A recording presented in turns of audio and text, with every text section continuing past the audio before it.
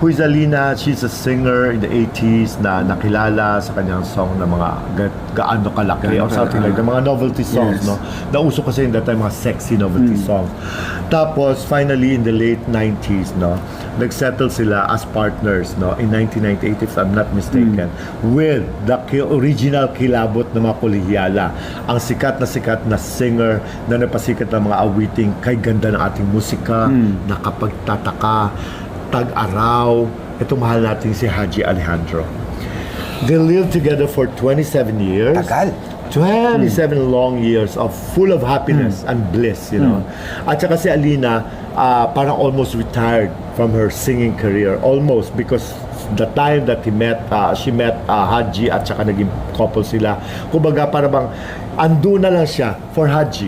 Kumbaga, sinamahan na si Haji sa lahat. Devoted herself to Haji, yeah. Yes. Nasa backseat na lang ang kanyang singing career. She's very beautiful. Originally, ang mga nanliligaw sa kanya dyan ay the late Rico Puno. Barkada nila Haji yan.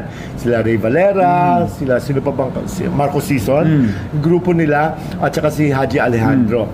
Ngayon, recently lang, mga kaibigan, baga after all those beautiful years, no, na tanggap naman ng family because si Haji Alejandro is not annulled sa kanyang former marriage. Okay. Si Alina naman has 3 children from previous relationships, no? Beautiful relationships with other men, no? Until now, kaibigan pa rin nila. Pero hindi siya married, not even once, no? Kaya, kumbaga, Haji has children sa kanyang unang marriage, tapos wala silang anak together. Sila nagkaanak. Pero dito may tatlo, kumbaga tatlo ang kanilang anak. They tinuring na para mga anak yan. At kumbaga yun. Anyway, etong recently lang, si Haji ay parang, I don't know kung paano nangyari yun. He was diagnosed right away after the check-up because si Haji hindi nagpapacheck up yan. Takot papacheck up. Ay napacheck up siya at it was found out na diagnosed siya ng stage 4 cancer of the colon. Oh my God, that shocked everybody. Diyos ko, na-devastate dito sa Haji.